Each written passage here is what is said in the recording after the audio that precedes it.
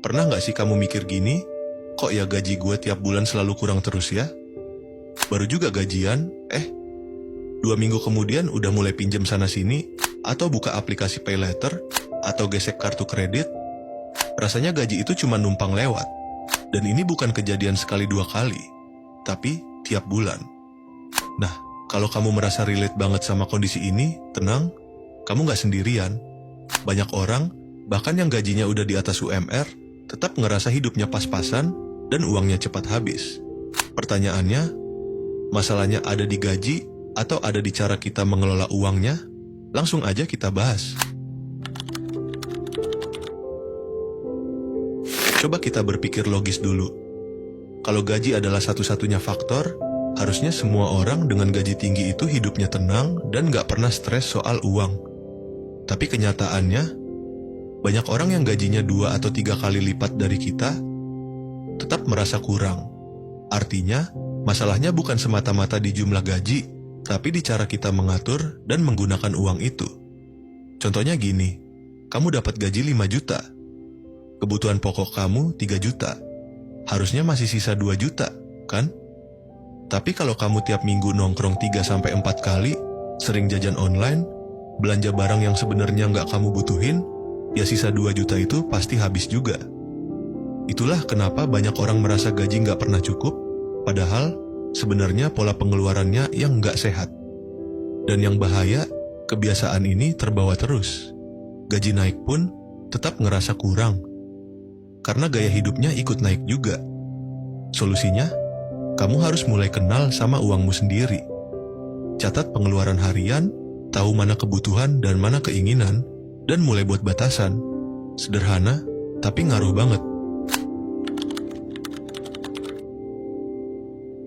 Ini yang sering banget terjadi dan jarang disadari. Begitu gaji naik, yang pertama naik itu bukan tabungan, tapi standar hidup. Dulu makan nasi goreng abang-abang udah cukup.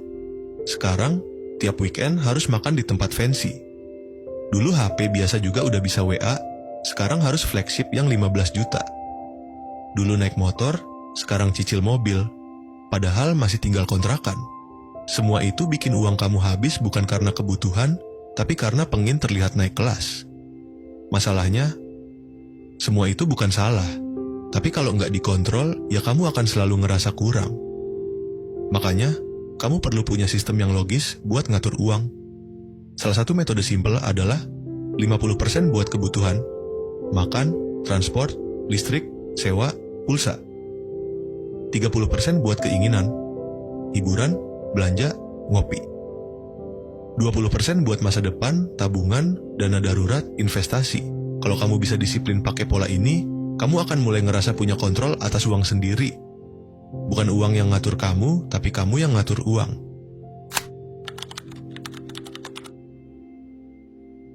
Sekarang kita masuk ke poin terakhir, dan ini yang paling penting. Kamu tahu nggak? Uang itu akan selalu habis. Gaji berapapun, tetap akan keluar terus.